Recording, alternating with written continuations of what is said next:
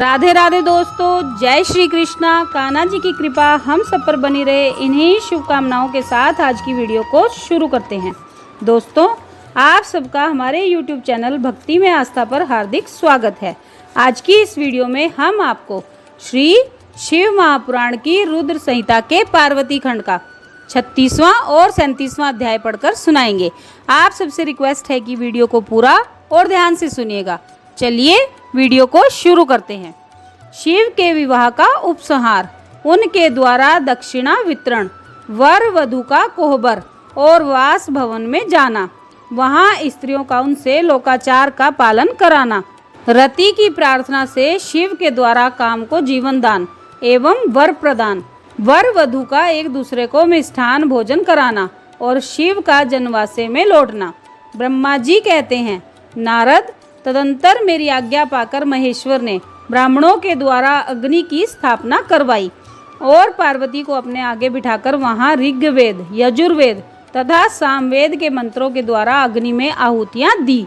तात उस समय काली के भाई मैनाक ने लावा की अंजलि दी और काली तथा शिव दोनों ने आहुति देकर लोकाचार का आश्रय ले प्रसन्नता पूर्वक अग्निदेव की परिक्रमा की। नारद, तदंतर शिव की आज्ञा से मुनियों सहित मैंने शिव विवाह का शेष कार्य प्रसन्नता पूर्वक पूरा किया। फिर उन दोनों दंपत्ति के मस्तक का अभिषेक हुआ। ब्राह्मणों ने उन्हें आदर पूर्वक ध्रुव का दर्शन कराया। तत्पश्चात हृदय लंबन का कार्य हुआ। फिर बड़े उत्साह के साथ स्वस्ति वाचन किया गया। इसके पश्चात ब्राह्मणों की आज्ञा से शिव ने शिवा के सिर में सिंदूर दान किया। उस समय गिरिराज नंदिनी उमा की शोभा अद्भुत और अवर्णनीय हो गई।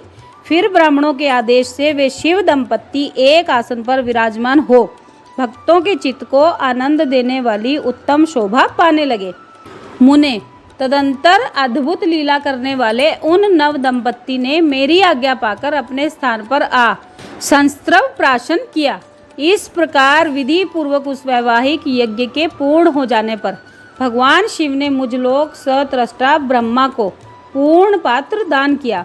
फिर शंभु ने आचार्य को गोदान किया। मंगलदायक जो बड़े बड़े दान बताए गए हैं वे भी सहर्ष संपन्न किए गए। तत्पश्चात उन्होंने बहुत से ब्राह्मणों को पृथक पृथक 100 सुवर्ण मुद्राएं दी, करोड़ों रत्न दान कर दिए और अनेक प्रकार के द्रव्य बांटे। उस समय सब देवता तथा दूसरे दूसरे चराचर जीव मन में बड़े प्रसन्न हुए और जोर जोर से जय जयकार की ध्वनि होने लगी। सब और मांगलिक शब्द और गीत होने लगे। वादों की मनोहर ध्वनि सब के आनंद को बढ़ाने लगी। इसके बाद श्री विष्णु, मैं, देवता, ऋषि तथा अन्य सब लोग गिरिराज से आज्ञा ले बड़ी प्रसन्नता के साथ शीघ्र ही अपने अपने डेरे में चले गए। उस समय हिमालय नगर की स्त्रियां आनंद मगन हो शिव और पार्वती को लेकर कोहबर में गईं। वहां उन सब ने आदर पूर्वक वर वधु से लोकाचार का संपादन कराया। उस समय सब और परम आनंददायक महान उत्साह छा रहा था। तदंतर वे स्त्रियां उन लोक कल्याणकारी दंपत्ति को साथ ले परम दिव्य कौतुकागार अर्थात वास भवन में गईं और वहां भी प्रसन्नता पूर्वक लोकाचार का संपादन किया गया। इसके बाद गिरिराज के नगर की स्त्रियों ने समीप आकर मंगल कृत्य करके उन नव दंपत्ति को केली गृह में पहुंचाया और जय ध्वनि करती हुई उनके गठबंधन की गांठ खोलने आदि का कार्य संपन्न कराया। उस समय उन नूतन दंपत्ति को देखने के लिए 16 दिव्य नारियां बड़े आदर के साथ शीघ्रता पूर्वक वहां आईं। उनके नाम इस प्रकार हैं: सरस्वती, लक्ष्मी, सावित्री, गंगा, अदिति, शची, लोपामुद्रा, अरुंधति, अहिल्या, तुलसी, स्वाहा, रोहिणी, पृथ्वी, शतरूपा, संज्ञा तथा रति। ये देवांगनाएं तथा मनोहारिणी देवकन्या, नाग कन्या और मुनि कन्याएं भी वहां आ पहुंची। वहां जितनी स्त्रियां उपस्थित थीं उन सब की गणना करने में कौन समर्थ है। उनके दिए हुए रत्नमय सिंहासन पर भगवान शिव प्रसन्नता पूर्वक बैठे।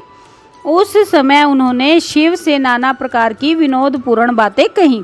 तदंतर प्रसन्नचित हुए महेश्वर ने अपनी पत्नी के साथ मिष्ठान भोजन और आचमन करके कपूर डाला हुआ पान खाया।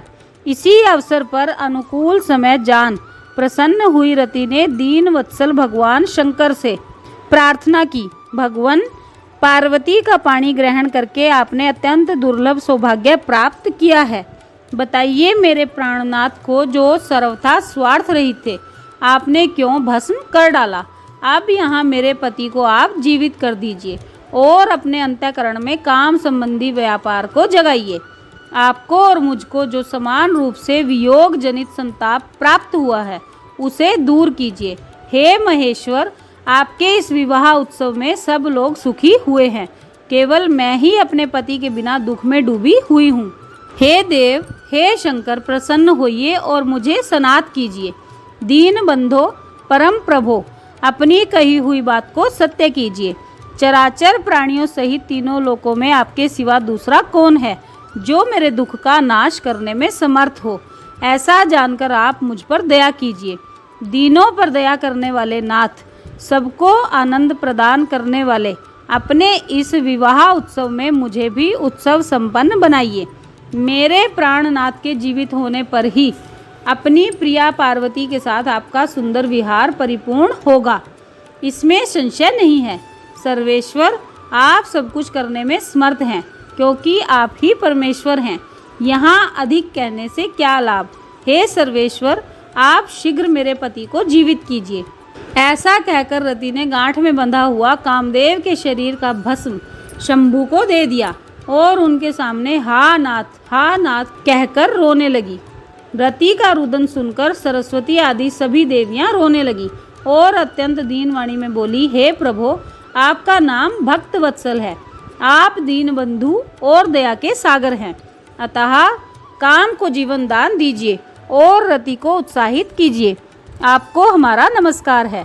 ब्रह्मा जी कहते हैं, नारद, उन सब की यह बात सुनकर महेश्वर प्रसन्न हो गए। उन करुणा सागर प्रभु ने तत्काल ही रति पर कृपा की। भगवान शूलपाणी की अमृतमयी दृष्टि पड़ते ही पहले जैसे रूप, वेश और चिन्ह से युक्त अद्भुत मूर्तिधारी सुंदर कामदेव उस भस्म से प्रकट हो गया। अपने पति को वैसे ही रूप, आकृति, मंद मुस्कान और धनुष बाण से युक्त देख रति ने महेश्वर को प्रणाम किया। वह कृतार्थ हो गई। उसने प्राणनाथ की प्राप्ति कराने वाले भगवान शिव का अपने जीवित पति के साथ हाथ जोड़कर बारंबार सत्वन किया। पत्नी सहित काम की हुई स्तुति को सुनकर दयाद्र हृदय भगवान शंकर अत्यंत प्रसन्न हुए और उनसे इस प्रकार बोले। शंकर जी ने कहा, मनोभव, पत्नी सहित तुमने जो स्तुति की है उससे मैं बहुत प्रसन्न हूँ। स्वयं प्रकट होने वाले काम, तुम वर मांगो, मैं तुम्हें मनोवांछित वस्तु दूंगा। शंभू का यह वचन सुनकर कामदेव महान आनंद में निमग्न हो गया और हाथ जोड़ मस्तक झुकाकर गद वाणी में बोला। कामदेव ने कहा, देव देव महादेव, करुणा सागर प्रभो, यदि आप मुझ पर प्रसन्न हैं तो मेरे लिए आनंददायक होइए। हे प्रभो, पूर्व काल में मैंने जो अपराध किया था उसे क्षमा कर दीजिए। सब जनों के प्रति परम प्रेम और अपने चरणों की भक्ति मुझे दीजिए। कामदेव का यह कथन सुनकर परमेश्वर शिव प्रसन्न होकर उनसे बोले, बहुत अच्छा। इसके बाद उन करुणानिधि ने हंसकर कहा, महामते कामदेव, मैं तुम पर प्रसन्न हूँ, तुम अपने मन से भय को निकाल दो। भगवान विष्णु के पास जाओ और इस घर से बाहर ही रहो। तदंतर काम शिवजी को प्रणाम करके बाहर आ गया। विष्णु आदि देवताओं ने उसे आशीर्वाद दिया। इसके बाद भगवान शंकर ने उस वास भवन में पार्वती को बाएं बिठाकर मिष्ठान भोजन कराया और पार्वती ने भी प्रसन्नता पूर्वक उनका मुंह मीठा किया। तदंतर वहां लोकाचार का पालन करते हुए आवश्यक कृत्य करके मेना और हिमवान की आज्ञा ले भगवान शिव जनवासे में चले गए। मुने, उस समय महान उत्सव हुआ और वेद मंत्रों की ध्वनि होने लगी। लोग चारों प्रकार के बाजे बजाने लगे। जनवासे में अपने स्थान पर पहुंचकर शिवजी ने लोकाचार वश मुनियों को प्रणाम किया, श्री हरि को और मुझे भी मस्तक झुकाया। फिर सब देवता आदि ने उनकी वंदना की। उस समय वहाँ जय जयकार, नमस्कार तथा समस्त विघ्नों का विनाश करने वाली शुभदायिनी वेद ध्वनि भी होने लगी। इसके बाद मैंने भगवान विष्णु से तथा इंद्र, ऋषि और सिद्ध आदि ने भी शंकर जी की स्तुति की। गिरिजा नायक महेश्वर की स्तुति करके वे विष्णु आदि देवता प्रसन्नता पूर्वक उनकी यथोचित सेवा में लग गए। तत्पश्चात लीला पूर्वक शरीर धारण करने वाले महेश्वर शंभु ने उन सबको सम्मान दिया।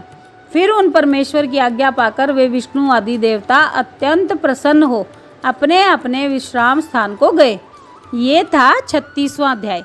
अब 37वां अध्याय सुनिए। रात को परम सुंदर सजे हुए वास गृह में शयन करके प्रातःकाल भगवान शिव का जनवासे में आगमन। ब्रह्मा जी कहते हैं, तात तदंतर भाग्यवानों में श्रेष्ठ और चतुर गिरिराज हिमवान ने बारातियों को भोजन कराने के लिए अपने आंगन को सुंदर ढंग से सजाया तथा अपने पुत्रों एवं अन्यान्य पर्वतों को भेजकर शिव सहित सब देवताओं को भोजन के लिए बुलाया। जब सब लोग आ गए तब उनको बड़े आदर के साथ उत्तमोत्तम भोज्य पदार्थों का भोजन करवाया। भोजन के पश्चात हाथ मुंह धो कुल्ला करके श्री विष्णु आदि सब देवता विश्राम के लिए प्रसन्नता पूर्वक अपने अपने डेरे में गए। मेना की आज्ञा से साध्वी स्त्रियों ने भगवान शिव से भक्ति पूर्वक प्रार्थना करके उन्हें महान उत्सव से परिपूर्ण सुंदर वास भवन में ठहराया। मेना के दिए हुए मनोहर रत्न सिंहासन पर बैठकर आनंदित हुए शंभु ने उस वास मंदिर का निरीक्षण किया। वह भवन प्रज्वलित हुए सैकड़ों रत्नमय प्रदीपों के कारण अद्भुत प्रभा से उद्भासित हो रहा था। वहाँ रत्नमय पात्र तथा रत्नों के ही कलश रखे गए थे। मोती और मणियों से सारा भवन जगमगा रहा था। रत्नमय दर्पण की शोभा से संपन्न तथा श्वेत चंवरों से अलंकृत था। मुक्ता मणियों की सुंदर मालाओं अर्थात बंधनवारों से आवेष्टित हुआ वह वास भवन बड़ा समृद्धिशाली दिखाई देता था। उसकी कहीं उपमा नहीं थी। वह महादिव्य, अति विचित्र, परम मनोहर तथा मन को आह्लाद प्रदान करने वाला था। उसके फर्श पर नाना प्रकार की रचनाएं की गई थी। बेल बूटे निकाले गए थे। शिवजी के दिए हुए वर का ही महान एवं अनुपम प्रभाव दिखाता हुआ वह शोभाशाली भवन शिवलोक के नाम से प्रसिद्ध किया गया था। नाना प्रकार के सुगंधित श्रेष्ठ द्रव्यों से सुवासित तथा सुंदर प्रकाश से परिपूर्ण था। वहाँ चंदन और अगर की सम्मिलित गंध फैल रही थी। उस भवन में फूलों की सेज बिछी हुई थी। विश्वकर्मा का बनाया हुआ वह भवन नाना प्रकार के विचित्र चित्रों से सुसज्जित था। श्रेष्ठ रत्नों की सारभूत मणियों से निर्मित सुंदर हारों के द्वारा उस वासगृह को अलंकृत किया गया था। उसमें विश्वकर्मा के द्वारा निर्मित कृत्रिम वैकुंठ, ब्रह्मलोक, कैलाश, इंद्र भवन तथा शिवलोक आदि दिख रहे थे। ऐसे आश्चर्यजनक शोभा से संपन्न उस वास भवन को देखकर गिरिराज हिमालय की प्रशंसा करते हुए भगवान महेश्वर बहुत संतुष्ट हुए। वहाँ अति रमणीय रत्न जटित उत्तम पलंग पर परमेश्वर शिव बड़ी प्रसन्नता से लीला पूर्वक सोए। इधर हिमालय ने बड़ी प्रसन्नता से अपने समस्त भाई बंधुओं एवं दूसरे लोगों को भी भोजन कराया तथा जो कार्य शेष रह गए थे उन्हें भी पूर्ण किया। शैलराज हिमालय इस प्रकार आवश्यक कार्य में लगे हुए थे और प्रियतम परमेश्वर शिव शयन कर रहे थे। इतने में ही सारी रात बीत गई और प्रातःकाल हो गया। प्रभात काल होने पर धैर्यवान और उत्साही पुरुष नाना प्रकार के बाजे बजाने लगे। उस समय श्री विष्णु आदि सब देवता सा आनंद उठे और अपने इष्ट देव देवेश्वर शिव का स्मरण करके वहाँ से कैलाश को चलने के लिए जल्दी जल्दी तैयार हो गए। उन्होंने अपने वाहन भी सुसज्जित कर लिए। तत्पश्चात धर्म को शिव के समीप भेजा गया। योग शक्ति से संपन्न धर्म नारायण की आज्ञा से वास गृह में पहुंचकर योगीश्वर शंकर से समयोचित बात बोले। प्रमथ गणों के स्वामी महेश्वर, उठिए उठिए, आपका कल्याण हो। आप हमारे लिए भी कल्याणकारी होइए। जनवासे में चलिए और वहाँ सब देवताओं को कृतार्थ कीजिए। धर्म की यह बात सुनकर भगवान महेश्वर हंसे। उन्होंने धर्म को कृपा दृष्टि से देखा और शैया त्याग दी। इसके बाद धर्म से हंसते हुए कहा, तुम आगे चलो, मैं भी वहाँ शीघ्र ही आऊँगा, इसमें संशय नहीं है। भगवान शिव के ऐसा कहने पर धर्म जनवासे में गए। तत्पश्चात शंभु भी स्वयं वहाँ जाने को उद्यत हुए। यह जानकर महान उत्सव मनाती हुई स्त्रियां वहां आईं और भगवान शंभु के युगल चरणार विंदों का दर्शन करती हुई मंगल गान करने लगी। तदंतर लोकाचार का पालन करते हुए शंभु प्रातःकालिक कृत्य करके मेना और हिमालय की आज्ञा ले जनवासे को गए। मुने, उस समय बड़ा भारी उत्सव हुआ। वेद मंत्रों की ध्वनि होने लगी और लोग चारों प्रकार के बाजे बजाने लगे।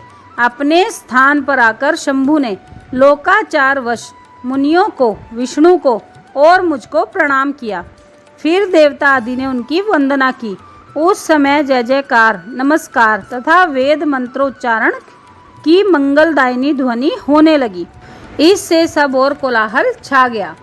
ये था 37वां अध्याय। तो दोस्तों, ये था श्री शिव महापुराण की रुद्र संहिता के पार्वती खंड का 36वां और 37वां अध्याय, जो हमने आपको पढ़कर सुनाया। आप सबने वीडियो को ध्यान से सुना, इसके लिए आपका धन्यवाद। आज की वीडियो में बस इतना ही। कल फिर मिलते हैं एक और नई वीडियो के साथ। तब तक स्वस्थ रहिए, मस्त रहिए, अपना और अपनों का ख्याल रखते रहिए और बाबा भोलेनाथ की कथाओं का रसपान करते रहिए। राधे राधे दोस्तों, जय श्री कृष्णा, जय माता दी।